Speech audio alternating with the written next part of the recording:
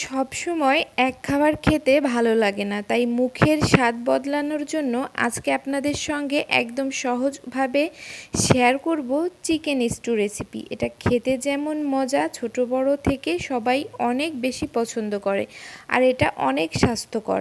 আর এই chicken stew তৈরি করার জন্য আমি কড়াইয়ে দিয়ে দিলাম বাটার। তারপরে বাটারটা একটু মেল্ট হওয়া পর্যন্ত আমি অপেক্ষা করব।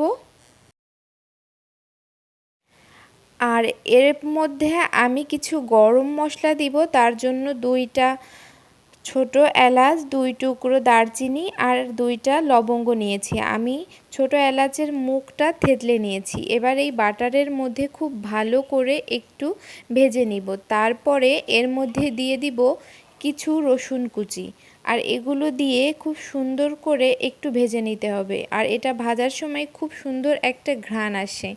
এটা একটু ভাজা হওয়ার পরে আমি এর মধ্যে অ্যাড করলাম কিছু পেঁয়াজ কুচি।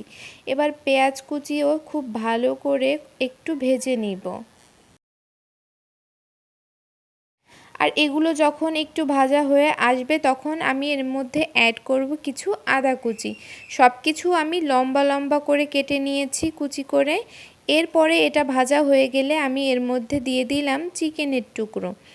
এবার আমি চিকেনের টুকরো একটু ভেজে নিব সব কিছুর সঙ্গে। এটা একটু ভাজা ভাজা করে নেয়ার পরে আমি এর মধ্যে অ্যাড করব সবজি।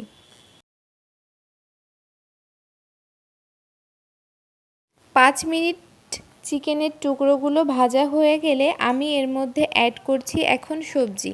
এখানে আমি 3 টুকরো পেঁপে নিয়েছি আর সবজির সাইজটা আমি একটু বড় রেখেছি। তারপরে আমি এর মধ্যে অ্যাড করলাম 3 টুকরো লাউ। এবার আমি আরেকটু ভেজে নিব। এবার এর মধ্যে আমি কয়েক টুকরো গাজর দিয়ে দিলাম। সমস্ত সবজিগুলো আমি একটু বড় করে কেটে নিয়েছি। এবার এগুলো একটু ভেজে নেয়ার পরে এর মধ্যে আমি একটা পেঁয়াজ নিয়েছি, সেটা আমি 4 টুকরো করে নিয়েছি। আবার এর মধ্যে আমি দিয়ে দিলাম একটা কাঁচা মরিচ। এবার আমি আরও বেশ কিছু সময় এটা একটু কষিয়ে নিব। এবার আমি এগুলো কষিয়ে নিলাম খুব ভালো করে। তারপরে আমি এগুলো প্রেসার কুকারে দিয়ে নিয়েছি। এটাতে করলে একটু তাড়াতাড়ি হয়ে যাবে, এজন্য আমি দিয়ে নিয়েছি। তারপরে এখানে দিয়ে দিলাম পরিমাণ মতো পানি আর তার মধ্যে পরিমাণ মতো লবণ, আর দিয়ে দিলাম কিছু গোলমরিচ গুঁড়ো।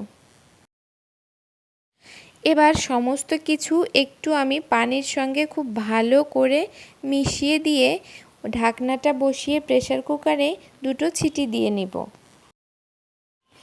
আর এই তো দেখুন আমার চিকেন স্টুটা একদম রেডি হয়ে গেছে আর সবজিগুলোও খুব সুন্দর সিদ্ধ হয়ে এসেছে। আর সব শেষে আমি আবারও একটু ফ্লেভারের জন্য অ্যাড করলাম গোলমরিচের গুঁড়ো। আর এই তো কত স্বাস্থ্যকর উপায়ে আমার তৈরি হয়ে গেল আজকের এই মজাদার চিকেন স্টু।